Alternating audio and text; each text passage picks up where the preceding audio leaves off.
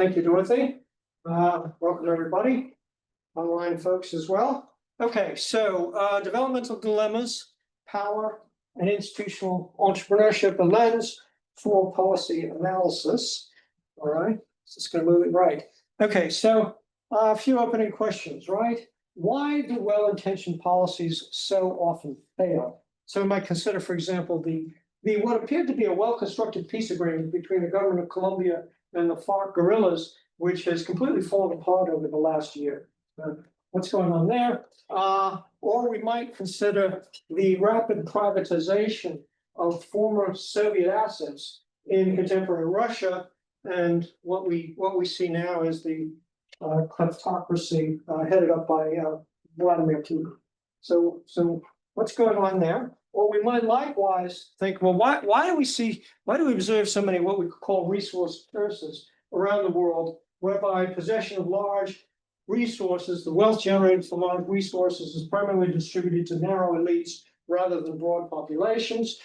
We certainly see an example of that in Zambia, really over the past century, and other places, Democratic Republic of Congo, and a variety of other countries as well. So what's going on there?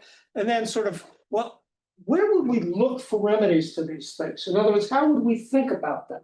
Okay. Well, what might be some avenues for inclusive development? Where to look, where not to look, how to understand different social contexts in a way that allows for difference, but also permits some systematic investigation of causal relationships. And that's kind of the task here. Really, what I'm going to do today in this talk is just kind of outline a way of thinking about this. I'm not going to come up with any real policy prescriptions because those depend on a whole host of factors, which I'm going to argue that policymakers need to think about in different areas. Okay, so here we go. Origins. Okay, I've got a book I'm working on now, Developmental Dilemmas, the Role of Power and Agency for Cambridge Press, my 2013 book, my 2020 book. I'm a co-author on this 2022 book and an article, recent article in Global Policy. Okay, so themes that I think about through all these works, especially the more recent work. Inclusive development requires resolving collective action problems. Okay, that's really the framework that unifies what I've been doing for the last 15, 20 years. Institutional configurations resolve collective action problems amongst large groups, and they create collective action problems. Once in place, it's hard to reform institutions, and some institutions are terrible. Okay. Powerful agents, notably institutional entrepreneurs, which I'll get to, influence institutional evolution, trajectories of institutions, because they can. Okay. Institutional entrepreneurs, in particular, focus of this talk, are going to influence opportunities and, at least as important, understandings of what opportunities might or might not be, and a whole set of associated understandings of interest, social norms, social identity, and resource conflict. Okay. In particular, singular social identities are going to tend to, when they get strong enough, singular enough, and I'll explain that, generate social cleavage, which generates conflict between groups, which can be a significant barrier to development. All right. Outline. Okay, I'll talk a little bit about agency and power, 4 types of agency. Then I'll focus in on social identity, institutional entrepreneurs, how these things interact, and then I'll conclude just again ways to think about sources of obstruction to development, collective action problems. Oops, not supposed to touch the screen. Collective action problems related to that, and maybe ways to think about routes to inclusion. I'm not going to offer anything very specific on that. Okay, so agency. We can think of agency as occurring within certain structures. Structures we could think of context of formal and informal institutions and associated behavioral patterns. Okay, so we're going to say agents operate within these structures. These structures provide constraint and they provide opportunity, both. Okay, often quite differentially. Agency simply means the exercise of choice related to goals. Goals can be anything. They can be material, they can be social, they can be political. They can be, you want to help other people. They can be, I want to make a ton of money. I want to get power, so on and so forth. They can be anything. We can think of, if we think game theoretically about this stuff, which I tend to do, we can think of sort of a pregame where agency and power generate structure. Okay, so in other words, some application of agency and power generates some configuration of institutions, institutional constraints. That essentially gives us the rules of the game for which agency is then operated. And then the outcomes of that game generate new structures. And so we have a continuing process. In other words, we could say that any given structure is an outcome of history, which we cannot change at this point. We operate from there. Okay. This will occur with a punctuated equilibrium dynamic, generally meaning that there are relatively long periods of stability in some sense, often interrupted by short bursts of rapid change. So an example of this would be Eastern European communism, which was relatively stable from about 1947 until 1989, 1990, and then very rapidly collapsed. Okay, that would be a punctuated equilibrium. Okay. Now, we think about agents, want to think about their cognition. How do they think about things? I'm going to focus initially on individuals, but then I'll bring in organizations and groups. Organizations can also be agents. But at an individual level, we can think of agents as possessing what we would call bounded rationality. In other words, we all have limited cognition. None of us fully understand the world in which we live. We don't understand the economy. We don't understand the politics. We don't understand the social relationships. I mean, sure, we know something about all of this stuff, but we don't fully understand any of it. And moreover, exercising cognition is costly. It takes time at least, and sometimes it's rather painful. So, for example, there aren't a lot of people in the world who enjoy solving differential equations. There are a few, okay, but it can be difficult. Now, so how do we deal with this? We construct mental models, okay? These are cognitive frameworks, okay?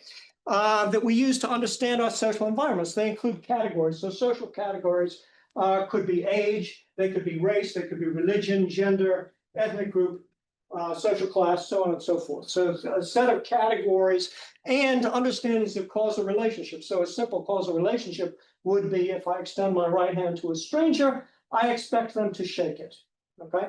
And of course, we can have much more complicated causal relationships. Mental models are shared. We try to share conceptual frameworks. In fact, that's exactly what I'm doing with you, my audience, right now. I'm trying to share a conceptual framework with you as to how to think about developmental dilemmas.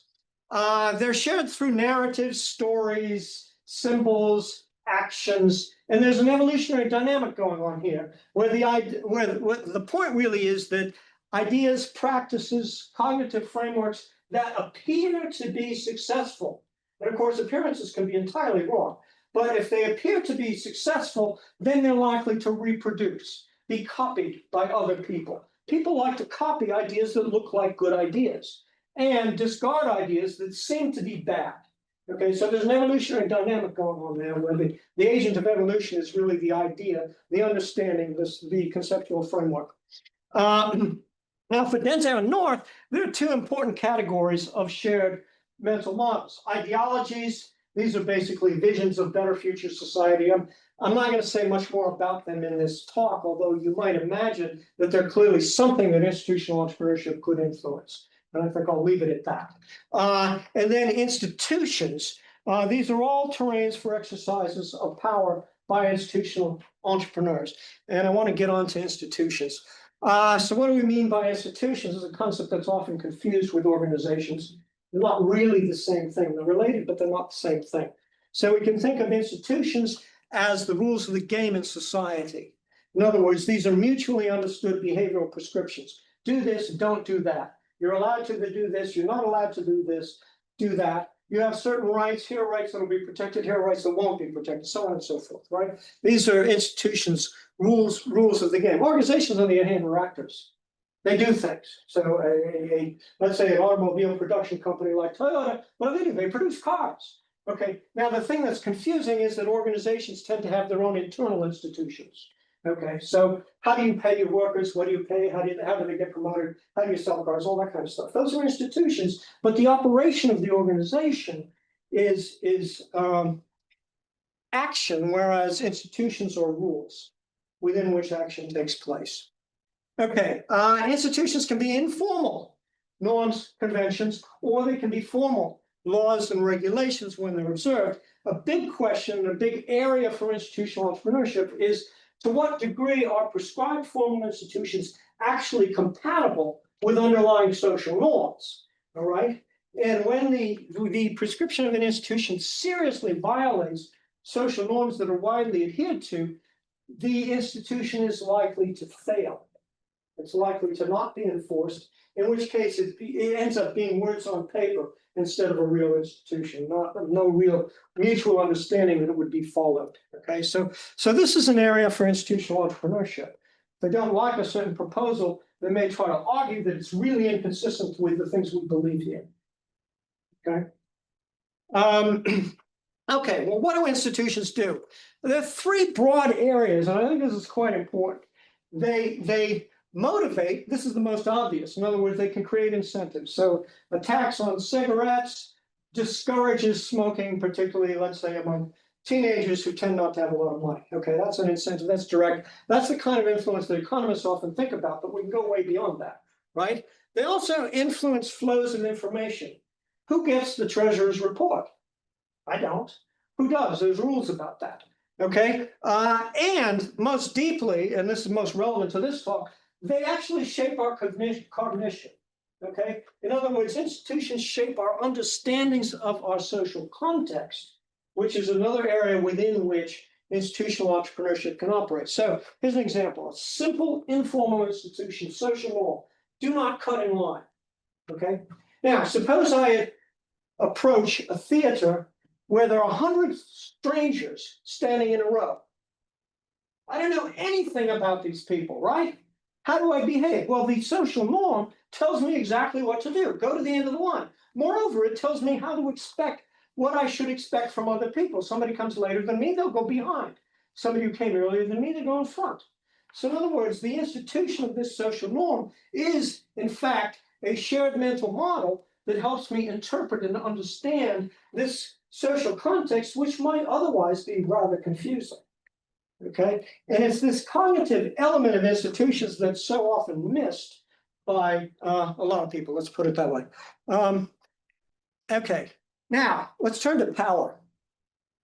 We can say that there's, yeah. Just a quick question. So when you say the cognitive part of this institution, do you mean that that there's inference based on that you know what the rules are and therefore you observe something and then the cognition is that you infer something about the reality, or what do you mean by it? Yeah, you're going to infer something about the reality. You get what the institution is. You get that you're not supposed to cut in line. Okay, you approach something with a whole bunch of strangers. That cognitive framework says, okay, the people in front go first, the people in back go last. I'm the latest person here, therefore I go to the end. In other words, you can think of it as a combination of categories: who's in line, who's not in line, when did they arrive, etc., and causal relationships. What's supposed to happen? First come, first serve. I answer your question. But what, it allows you to make inferences. What is the difference between the rule itself, which you described, versus the cognition about the rule? Is you just know the rule, right? Or do you mean that you make an inference in terms of, so, well, this must be a popular play? The rule itself is a form of cognition.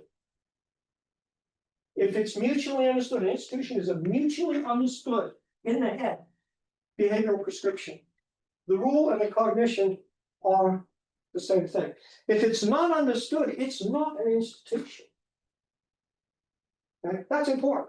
So if you have a law on the books that nobody follows, nobody believes in, that's not an institution. That's just words on paper. Okay. Okay, good. Okay, so power. Party A, which could be an individual or an organization, okay? It's going to be their ability to influence activity of B in direction A likes, and the way they're going to do that is they're going to influence incentives that B faces in some fashion, or understandings of incentives. And again, there's a conceptual element here. How do I understand what's going on here? Okay, and it's exercise of power, alter trajectories of action, and I'll get a little bit more about the understanding in a minute. Three characteristics of power. One is its relationship. I'm not talking about personal strength or personal intellectual capacity. I'm talking about relationships between people or between organizations, okay? Two, it's normatively indeterminate. In other words, it allows for what economists would call Pareto improvement. We can make everybody better off, or it also allows for all kinds of abuse, exploitation, and all of that sort of stuff. So an example of Pareto improvement would be parents say to children, eat your vegetables or else no dessert. That's clearly an exercise of power. And yet it is meant to benefit the child in addition to the parent, okay? Moreover, if we think about it game theoretically, we can think about exercise of power as a Nash equilibrium in the sense that the party exercising power understands, sees, perceives no better feasible alternative than that exercise. And likewise, the party that's adhering to the power also sees no better alternative than adherence, okay? Again, these perceptions can be wrong, but if they exist, then it's a Nash equilibrium. Okay, elements of power relations. There are really four things. If we want to analyze power systematically, I would argue there are four things to think about. The first is, where does it come from? Okay, I'm going to argue there are three sources. One is access to resources. Possession of wealth can generate more power than poverty, let's say. Two, position, institutional, formal, informal. Chair of a legislative committee, village chief, religious leader, so on and so forth. Okay, and then resolution of organizational collective action problems. So organizations that are coherent, well organized, can exert more power than dysfunctional organizations that have a great deal of internal conflict. Okay, so all of these things would be sources. Instruments, how do we exercise power? Well, really there are two. One is direct or threatened sanctions. Sanctions can be positive or negative. Rewards, punishments, okay? They can they can be either direct, here it is, or threats. If you do this, I'll give you this. If you do this, I'll punish you this way, something like that, right? And then the second broad area is manipulative communication. So in other words, who caused the punishment? It wasn't me, it was them. Well, that could be a lie, but it's going to influence what party B does, okay? Okay, so those instruments, domains, faces, this is from Stephen Lynch, 1974. I call it domains, he called it faces.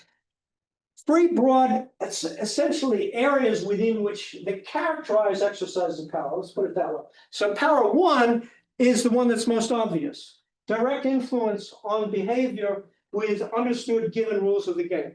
So if we would think about power one on the front in Ukraine, how big is the Russian army? How big is the Ukrainian army? What are their arms and so on and so forth, okay? That's power one. Everybody understands what they're doing, they're fighting each other, etc. How much can they do that? Or negotiating strength of a union management, size of a voting coalition, that sort of thing, with given rules of the game. Power two, manipulate those rules. Bar your opponent access to the critical meeting. Limit who can vote and who cannot vote. Notice that once you've done this power two, you're going to influence how power one is then exercised. Certain people who've been barred access can't even exercise power one. All right. So and then three, and again, this is the deepest and the hardest to measure, by the way, if we're trying to measure this stuff empirically, would be influence preferences and beliefs about conflict. In other words, an example of this would be party A says to party B, citing a social norm, somebody in your position should never challenge somebody in my position, okay? Now, party B accepts that interpretation. Party B will not challenge A, and it's in other words, party A is saying, you don't have any conflict with what I say. You're not supposed to have any conflict with what I say. That's influencing B's interpretation of a possible conflict, okay? So that's power three, and institutional entrepreneurship is going to have everything to do with power three and also power two. And all of that will influence how power one is exercised. Finally, manifestations. Is power short-term de facto? How many troops do you have on the ground? How large is your voting coalition? Or is it institutionalized? De jure. Leave it at that on that one. Also, we can get beyond this and say power is usually more than just a dyadic relationship between two parties. We can think of it as triadic relationship, which means three or more parties. Okay, let's think in terms of three. That's hard enough. So in other words, whatever goes on between A and B affects C, or C affects what's going on between them. Anything like that. So to use economic terminology, There are externalities associated with exercise of power, right? Not just the two involved. More going on there. This helps us understand power asymmetry. And it also helps us understand ambiguity. Oftentimes, the party exercising power hides that. And that's easier to do if you think of it as a triad rather than a dyad. Okay, so triad, I'm going to argue, and I do this in my 2020 book and my 2024 paper. There are 7 basic formats. I'm only going to talk 4 of them. These are essentially strategic templates on how you exercise triadic power. Okay, the first is threaten to deny access to an exchange, or maybe socially ostracize. Okay, we'll call that format 1. Now here's an illustration. So think of a landlord, tenant, or sharecropper merchant relationship. The landlord says to the agricultural laborer, unless you accept this low wage offer, I'm going to cut off your relationship with the merchant or maybe with the financier. If the laborer believes that threat, if that threat is credible, they will be willing to accept a wage that is lower than they would have accepted in a purely dyadic relationship. Okay, in terms of economists would say the wage is actually below that person's fallback position because of the exercise of triadic power. Okay, so we can have landlord tenants, one company towns, resource control, and so forth. Okay, hopefully I can get this thing to go backwards. Yeah, okay. And so that's one of the formats. Another one, divide and rule, split your enemies. Mediate. Mediation can be an exercise of power. Gatekeep. Who gets to go into the good social, political, economic arenas? Who does not? Okay. And there are 3 others that I'm not going to mention right now. Okay, that's the format we did that. Okay, now let's turn to agents. Ways to think about different types of agents. The first ones are fairly straightforward. Leaders. Just define leaders simply as anybody who has a following. Okay, it can be a small following. It can be 2 people, or it can be 10 million people. Right? Anything in between. Right? What do leaders do? They see opportunity. They mobilize. They tend to do this directly and openly. Okay. Up front, mobilization. And they're going to influence understandings of social situations. Basu says that we can think of leaders as focal persons. If you're familiar with the concept of a focal point in game theory, it would be a possible equilibrium strategy when there are many possible such strategies on which expectations converge. So for example, you're going to meet a friend in New York City. Okay. In principle, you can meet anywhere, right? You could meet at 33rd and 3rd, 44th and 4th, etc. Your cell phones don't work. Where are you going to meet? Well, how about under the clock at Grand Central Station at noon? If the expectations converge on that point, that's a focal point. Now, a focal person is just a dynamic creator of focal points over time. So a focal person says, okay, in this situation, here's what we're going to do. In that situation, here's what we're going to do. And the followers, who I'll get to in a second, are going to tend then to focus their expectations, the dynamic expectations, their changing expectations in a complicated, evolving situation on what it is that the leader says. Okay? So we can think of that, for example, the behavior of the Wagner group in response to their commander, Peregrine. I'm sure I pronounced that wrong, but anyway, Peregrine. Now, at one point he says, let's fight the Russians. At another point he says, let's cross the border. At another point he says, let's march on Moscow. At another point he says, no, too dangerous, let's retreat. Okay, again, that's focal person, the troops follow. Okay, followers. Well, they obey, but they also mimic. They may copy ideas that they like, that the leader proposed. This would happen in fashion all the time, right? That's a type of following. Or they may acquiesce, like, yeah, I don't like this, but I don't have any better alternatives. The leader follows a political dynamic, right? There may be different potential leaders. Which one am I going to follow? That can be influenced by what we call leader prototypicality. In other words, a leader who shares some form of identity with potential followers has more leeway than leaders who do not. And that leeway may, in fact, include taking action that actually hurt the material interests of the followers, and yet the followers will forgive that leader or ignore what that leader did because they share some concept of identity. And there's probably examples of that we can think of in the contemporary world right now. Another type of agent is brokers. These folks operate behind the scenes, okay? They arrange, they mediate, they span different kinds of boundaries. Maybe they're geographic boundaries, maybe they're ideological boundaries, okay? Maybe they're ethnic boundaries, whatever, something like that. They span boundaries, they reach across those boundaries, they translate. This is what these folks said to those folks and so forth. They gatekeep, they may allow and bar access to certain types of interactions and arenas. And so what they do is they're actually influences how power is mobilized. And largely behind the scenes, okay? So leaders mobilize power relatively openly. Brokers mobilize power more behind the scenes. And in any situation, one might be more important than the other. And they may operate in context, maybe not. The fourth concept of agency that I'm going to use is institutional entrepreneurs. This is a hybrid category. They're going to devote resources to changing institutions in some fashion because they want to. It meets their goals, their political goals, economic goals, social goals, whatever, okay? They can be either leaders or brokers or both. They have social skills, they recognize problems, they're willing to take risks, like any entrepreneur. A business entrepreneur might lose money, an institutional entrepreneur might end up in prison, okay? They deal in the social means of action. Okay? They're gonna have a lot to do with this narrative, interpretive, cognitive stuff, okay?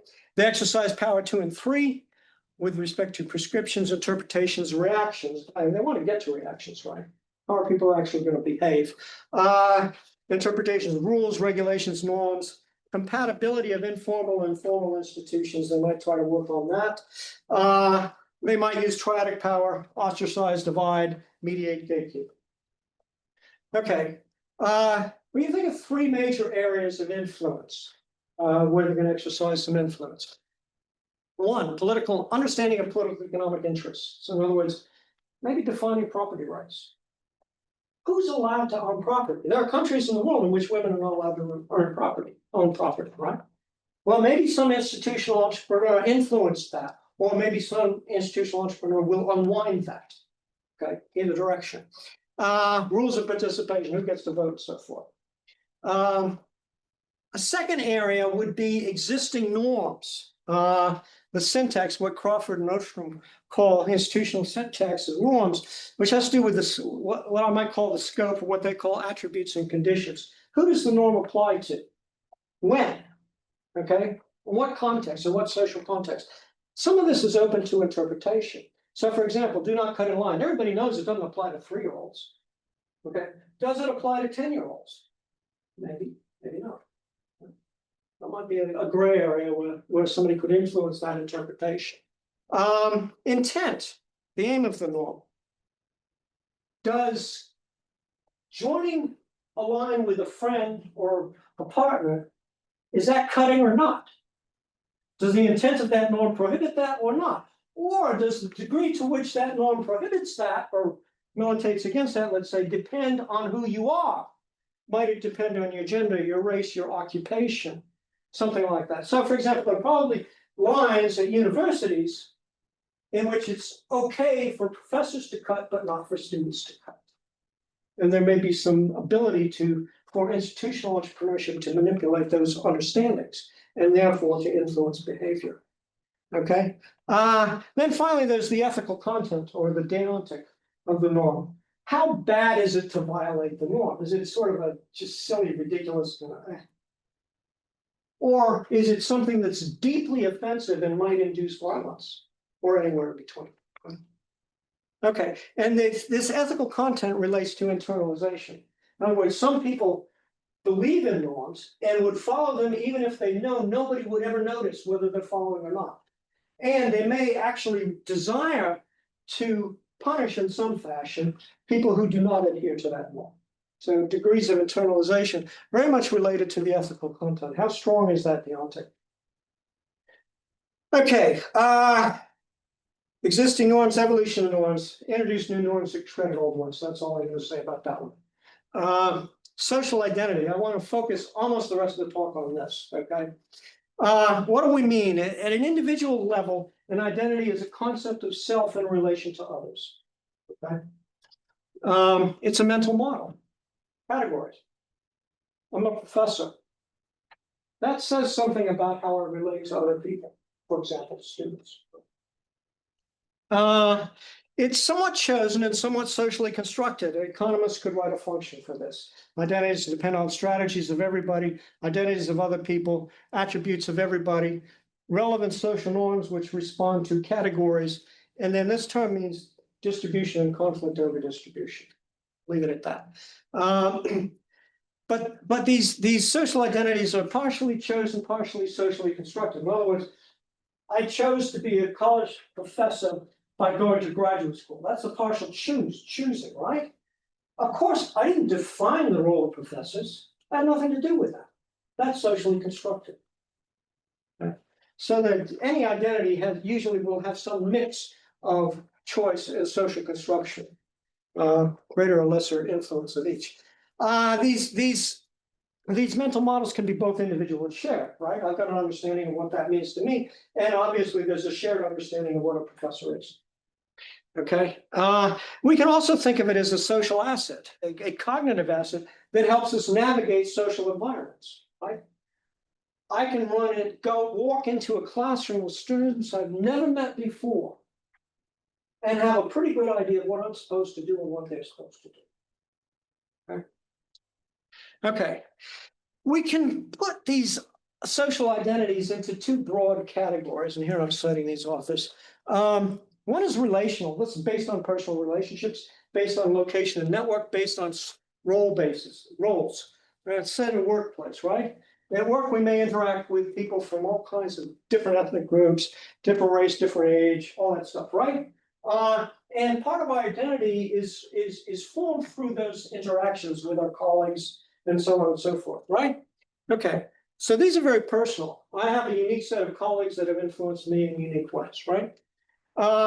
Another category is categorical, another classification, categorical. In other words, these are impersonal and based on group affiliation, okay? They're going to be socially constructive, right? Race, gender, ethnic group, religion, and so on and so forth, right? You're a member of this group. Here's what everybody thinks about you, correctly or incorrectly. Well, that's a form of social identity that can be manipulated by institutional entrepreneurs. Okay, they're often descriptive appearance. What's your dress? What's your accent? What's your skin color? All of these sorts of things might place people into certain social categories and sort of erase the influence of individuality. Okay, now there are three dynamics here that I want to get into. Hopefully I'm not going to run out of time here. Externalities, affiliations, and resource conflicts. Identity externalities, this is an impact of one person's expression of their identity on other people, right? Comparisons, affects comparisons. So an example would be a woman enters an all-male construction site. A few of them at least think that construction is, quote, a man's job. And the presence of a woman on that site somehow compromises their experience of their own identity. Okay? That can happen. Maybe not always, of course, but it can happen. I have a woman friend who experienced exactly that, by the way. But anyway, notice that this identity externality is hard to resolve. It can generate a type of conflict that's harder to resolve than a material difference. A material conflict can often be negotiated, maybe not fairly, but somebody who takes 30% instead of 70% kind of says, yeah, okay, I guess that's all I get, I'm going to live with it. Whereas an identity conflict like this might be much harder to resolve because it involves understandings of self. If I agree with what that person wants, I'm not who I think I am. Okay, so that's a problem. Okay, might have a zero-sum interpretation. Either they get it or I get it. There's no middle ground. Trained for exercise of power, collective action problems. Okay, this relates to group affiliations. Okay, does a person belong to group X or group Y? Well, partially chosen, partially socially constructed, and obviously it depends on which group we're talking about. Some people are born into groups, etc. Right? Okay. To the degree that we have discretion over this, it can depend on three things. Material. Does group A or group X generate higher expected material return than group Y? Other things equal, maybe I go with X. Cognitive, social difference, distance. How much do I resemble members of group X as opposed to group Y? Other things equal, I might choose the group that I resemble more. Affective status. Which group has higher which group has higher status? Yeah, again, other things equal might go with the higher status one. Status, we could say, basically depends on access to and distribution of resources. We'll leave it at that. So of course, institutional entrepreneurs then can frame interpretations of this. Identities, self, others, interests, social distance, status, research, which leads us to our third element here. Oh, no, it doesn't. Better do this yet. We not only have individual social identities, we have group social identities. Right? These are going to be shared perceptions of group characteristics and proclivities. Okay. So in other words, members of this ethnic group, here's how we kind of expect them to act, or what we expect them to do, or what we understand about what they want to do. And these perceptions can be all wrong. But if they're shared enough, they can be an influence of a social identity. Okay. So we can, if we want to write in an equation form, we could say the group identity is some weighted average of individual identities where the weights are very unequal depending on power and influence. And moreover, some of the individuals might not even be members of the group. They may be outsiders who define the group. Institutional entrepreneurship. There's going to be a co-evolution between individual and group identities, which we could call social construction of identity, both types. Group affiliation influences individual sense of identities. I belong to this group, not to that group. And individual identity activity generates externalities, which influence group social identities. So there's a co-evolution going on there, which would be hard to model, but I'm not going to try it. By the way, that could be an area for agent-based modeling. Good area for agent-based modeling. It's complicated. Group social identities, we did that. Finally, group social identities is, again, it's a collective cognitive asset that translates individual characteristics into social relationships. It relates to group identity and norms. It can relate to what we call stratification economics developed by William Darity and colleagues. Group social identities can generate collective action, coalition, and hostility as well.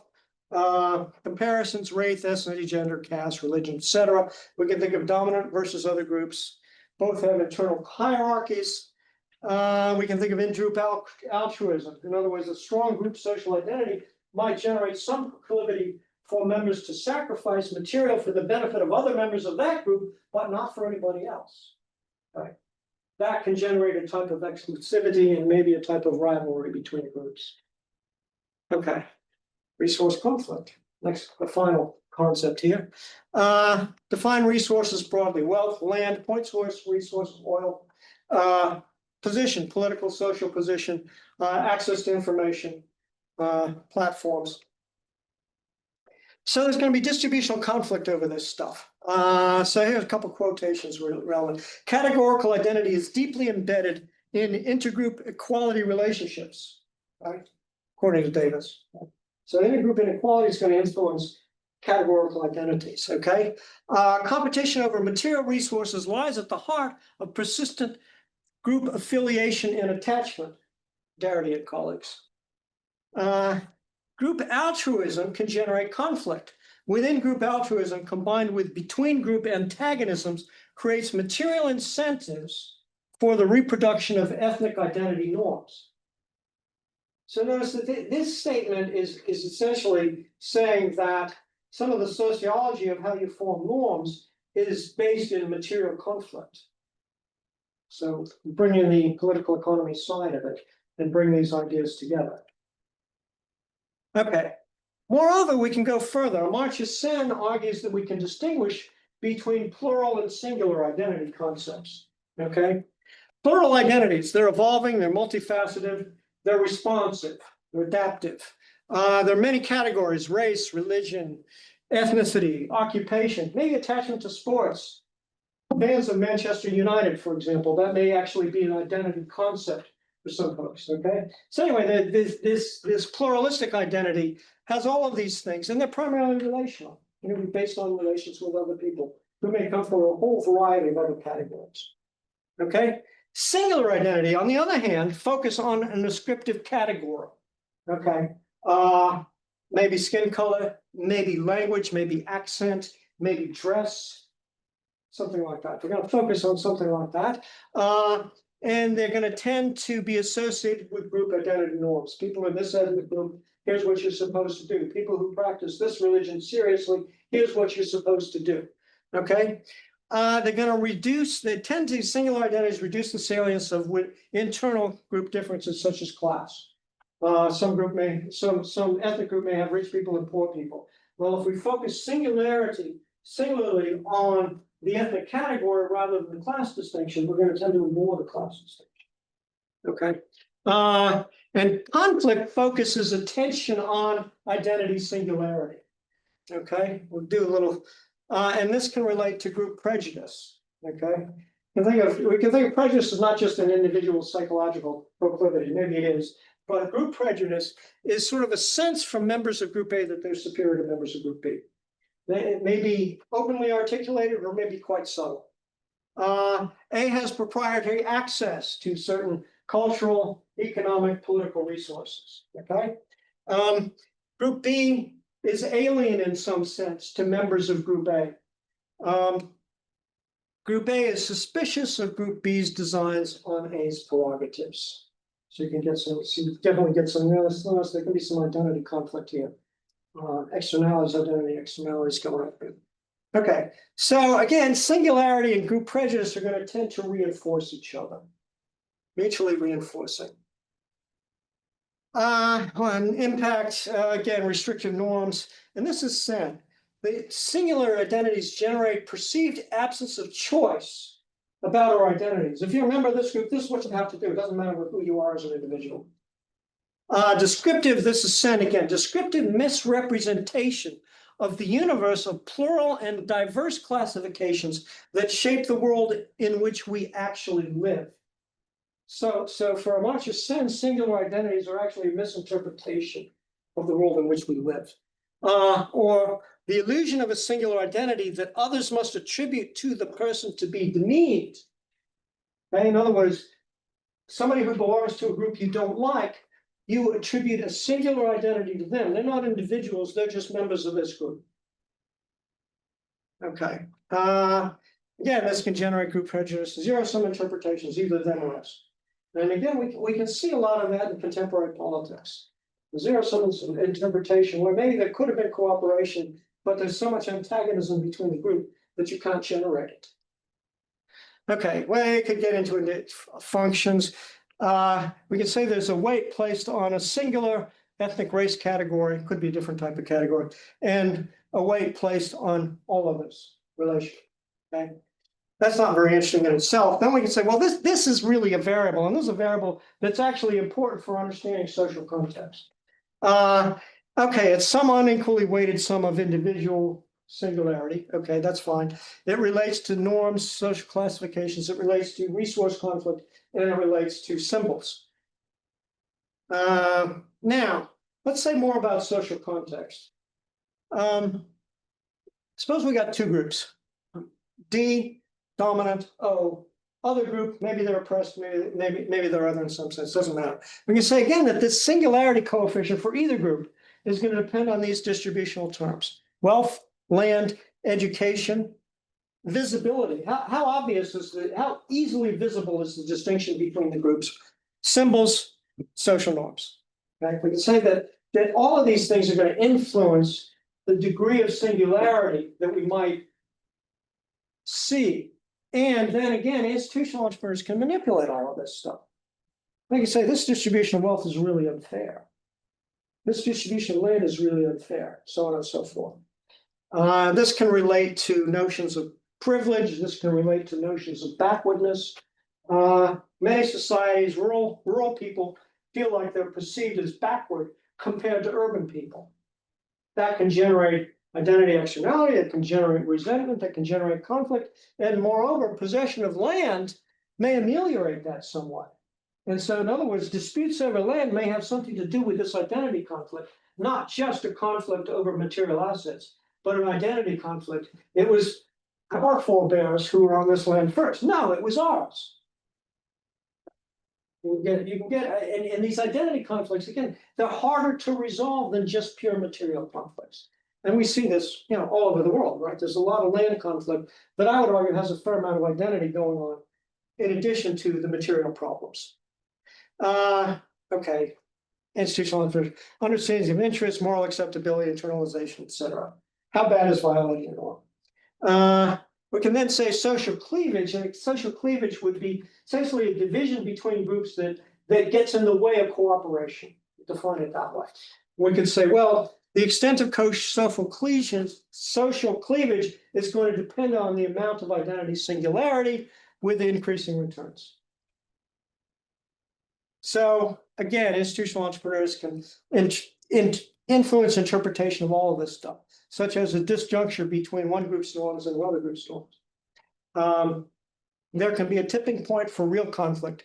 Too much singularity, you get real conflict, maybe exploding into violence. We can come up with examples of that. So, for example, Milosevic in former Yugoslavia, what I would argue was an institutional entrepreneur who stressed ethnic division, and the work of him and a bunch of others led to a civil war in that area. Is there any like that 0.75 number, is that based on is that just like an illustrative? Sorry, The 0.75 tipping point number, is that based on anything? no, that's an arbitrary number. Yeah. Just say there's some tipping point. I just chose the 0.75 completely arbitrarily just to illustrate the principle.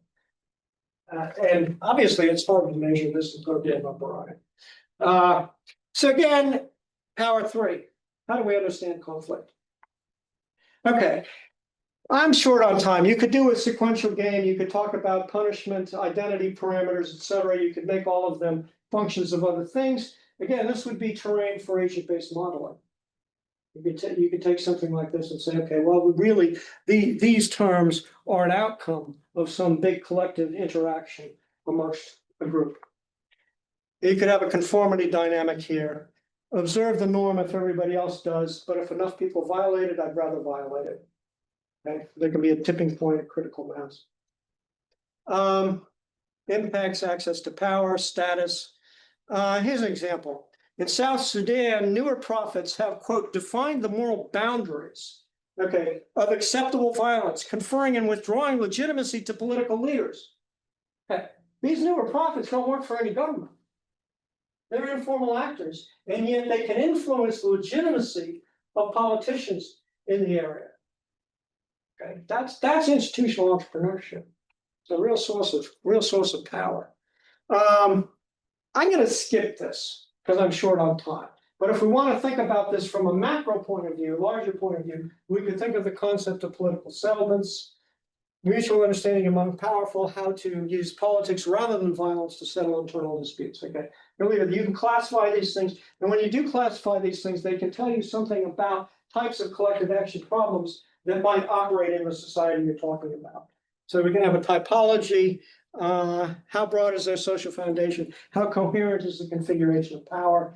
You can come up with these classifications, and you can identify particular types of collective action problems that would operate in each of these 4 quadrants. My 2020 book and the 2022 co-authored book go into this in quite a bit more detail. I think I'm going to leave it on that because I'm out of time, basically. But I would argue that this is important. So, for example, the American advisors on privatization in Russia, I would argue they didn't understand the political settlement in Russia. They just completely lacked an understanding of who had power and how would they operate and who were the institutional entrepreneurs, so on and so forth. Had they understood that, I mean, they might not have solved the problem. It was difficult, but they might have come up with something that was less bad than what did happen. Okay, so conclusion. Inclusive development entails resolving collective action problems. Well, if you want to resolve them, you got to understand them. Distribution of power, affect institutions and resolutions. Institutional entrepreneurs both resolve and create. They deal in power, ideas, shares, mental models, social categories, causal relations, reactions, interpretations, etc., norms, identities, concepts of fairness, backwardness, and so on and so forth. In other words, they can interpret these things. And when they do that, when they generate a shared mental model around some concept of fairness, that's going to influence action. And that may well influence construction of institutions. Singularity, when it gets too large, we get cleavage, social cleavage and conflict, which can be a major barrier to inclusive development policy, right? So policy analysts should consider the following. Who are the leaders? Who are the brokers? Who are the institutional entrepreneurs? Where do they get the power from? What are their understandings? What are their goals? What are they trying to accomplish? What are their avenues for influence? What are the domains of influence? Rules, triadic relationships, and so forth. Okay, so you got to understand the sources of the problem. And then when you look for solutions, which I've hardly mentioned, right? What are some grounds? What's some inclusive common ground? Not everybody holds all these resentments up here, right? Where can you find people who do not hold these resentments and that would actually like to cooperate? Areas, issues, participants, coalition are the way to demonstrate as an institutional entrepreneur. In other words, take this institutional entrepreneurship that I talk about, flip it on its head. Instead of trying to create division, trying to create cooperation, trying to create examples of local cooperation that could be duplicated, probably starting with small steps, okay? And then maybe try to broadcast that through symbols, narratives, et cetera, okay? So a big example of that would, of course, be Nelson Mandela in South Africa. I mean, there was quite a bit of cooperation across groups as to how to get rid of the apartheid regime. Well, how did they do that? Well, that I would say was actually constructive institutional entrepreneurship. I mean, they completely changed the institution of that country, the institutions of that country. Okay, so what are the areas? What are the issues? Who are the participants? What could be the coalitions? What are pockets of effectiveness? Even a really dysfunctional society is likely to have some little areas where things are actually working okay. What are those areas? How do they operate? How could we spread them, right? Again, what are the contexts? What are the relevant norms, social identities, et cetera? Political settlements. So think about all that stuff. Okay. I know we have a lot of time for questions, but please ask.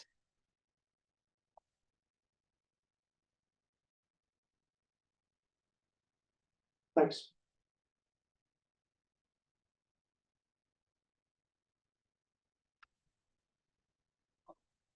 Okay, I don't know, starting in the back. Yeah.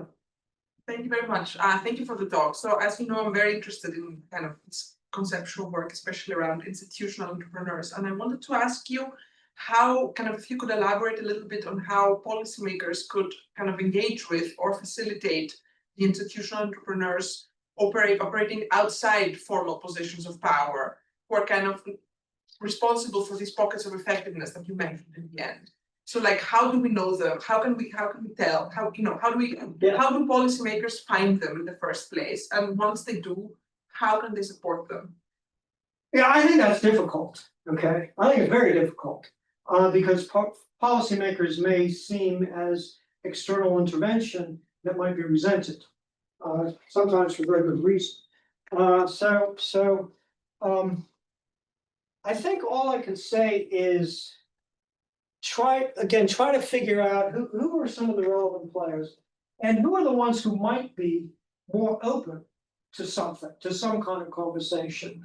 I'm not sure I can say much more than that. I mean, you know, it's sort of maybe act like an ethnographer, try to go into a society, try to understand what in the world's going on. Now, of course, the problem is that policymakers often don't have the time or resources to do a good job of that. So I don't think there's anything that's easy. I do think it makes sense to try to identify pockets of effectiveness. Pockets of effectiveness might operate within certain policy domains. So, for example, in a relatively dysfunctional country or society, it may be that elementary schools work pretty well. Okay. Other things might be a real mess, but maybe elementary schools work pretty well. Okay, so what are they doing there? Why does that work? Who's making it work? Is there a way to push up their influence? So policymaker is much more likely to be a broker than a leader. Okay. you probably don't want them to be leaders. But maybe they can be brokers in the sense that they can try to bring some form of mediation. Mediation brokerage, I think, is very important for some sort of constructive, inclusive development. Can you actually bring these sides together, whatever the sides are, and get them to talk to each other in some meaningful fashion? Is there some area around which agreement could in fact be forged? So it's exploratory comment, and all I'm doing, I'm not prescribing any direct policy. I'm saying, here's a bunch of stuff to think about. It's difficult. Okay. Other questions? I think we have at least 2 more. I was gonna ask about, I guess, the delineation of institutional entrepreneurs. So like how do you kind of differentiate basically between a leader and a broker? Because I guess it comes to this like real politic kind of thing. Of a lot of the examples you provided are kind of inter-country situations where you're talking about I guess like leaders in the very sense of like country leaders, but kind of how do you guys always delineate on something that might be more complex, say within like an organization like a university or whatever? Right, so I would say 2 things. Institutional entrepreneurs can operate in both realms, and they might operate in one realm on day 1 and the other one on day 2, or operate one realm with group A and the other with group B. The difference, just to try to understand who's the leader, who's out in the open, and who's working behind the scenes. So brokers are often going to be harder to identify than leaders. Leaders, by the way, don't have to have formal positions. They can be religious leaders, they can be social leaders, they can be, you can take the leadership down, up or down any scale. A leader could be a popular kid in middle school. There's all kinds of different ways of thinking about leadership, but in general, again, a leader is somebody who has a following. So if the following is identifiable, then that's probably a leader. Brokers don't necessarily have a following. They're going to try to negotiate, to mediate, to arrange, construct avenues for either constructive or destructive participation. They can do all of that, and they're probably harder to identify than leaders, because leaders are a bit more open about things. So that makes it difficult, right? And there are a whole host of reasons why this is hard, but that would be one reason. It's like, well, it may be that the relationship between leader A and leader B is mediated by some broker who's hard to identify. Well, then how are you gonna deal with that? Who's the power behind the throne, so to speak? That sort of thing. I don't know how helpful that is. Yeah. But again, I would just say these are categories that are worth thinking about. And part of what I'm trying to do is say is social context is always ever important. You can't take one policy and apply it everywhere. That's ridiculous. It's not going to work. But how do you understand social context in a way that's at least somewhat systematic, so that you're doing more than just listing difference? Because if you're listing difference, you could spend the rest of your life listing difference and not get anywhere analytically. So what I'm trying to say is, well, here are a few categories that might help policymakers think about this stuff. And that's pretty much all I have to offer. Other questions? Yeah. Maybe about the identity externalities. Okay.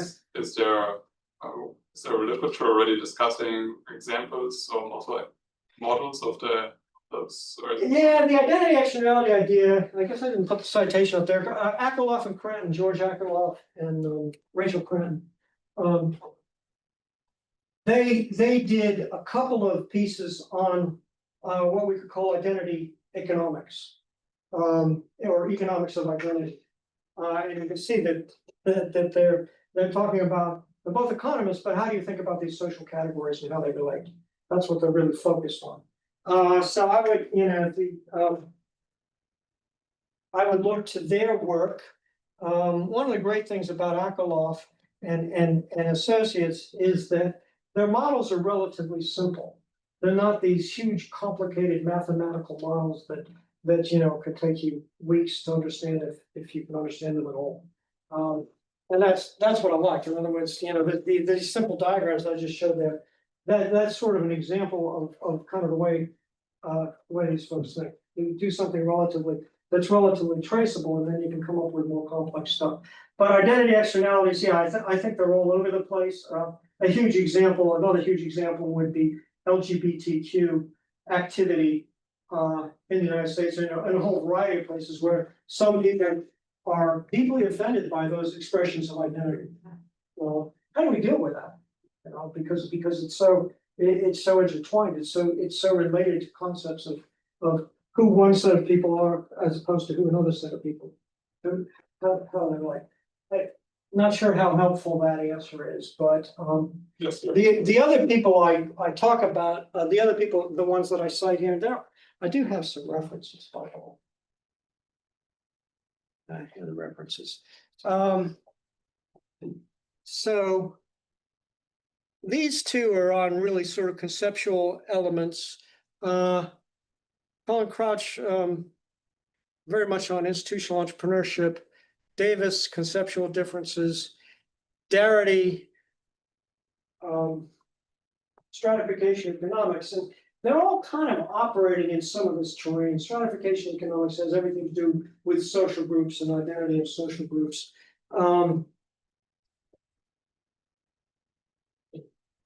Sambanas and Shio, social identification and ethnic conflict. That's a good article. I like that. American Political Science Review. They're fairly deep into the modeling of it. So it's a fairly dense article, but I think they've got an interesting concept. I don't think they use the term identity externality, but I think you could look at the way they talk about it and say, yeah, this is actually one of the things they're addressing. thanks. How do you understand the Colombian case about the peace process? Sorry? Because when in the beginning of the conversation, you Yeah. talk about the peace process in Colombia, the problems. Yeah. And how do you understand taking into account this framework, the failure of the peace process in Colombia? How do we understand that the failure of that process? Yes. I'm not deeply informed, but I've read a little bit about it. I think part of the problem was that the government negotiated with one particular group, the FARC. There were other armed groups.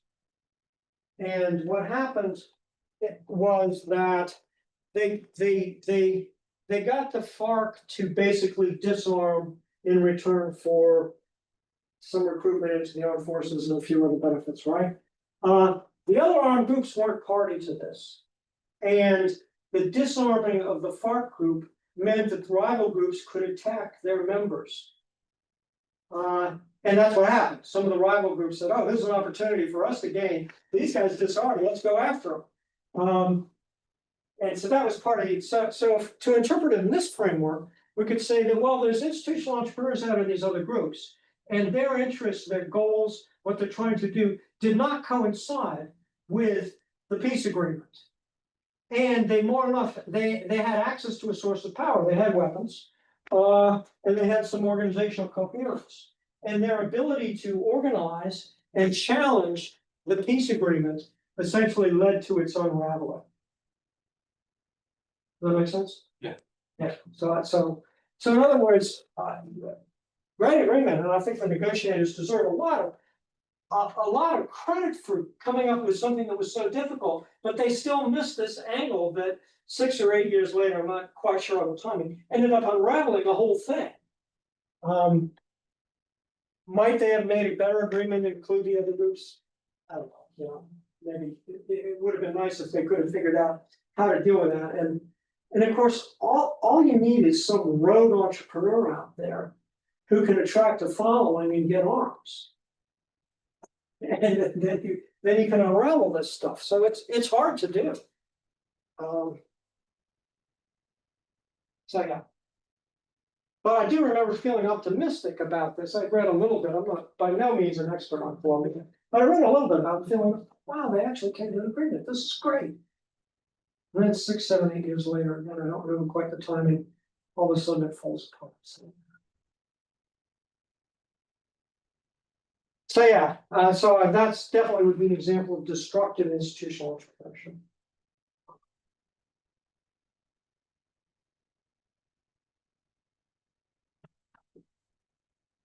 Other things? I don't see anything up here from the online audience.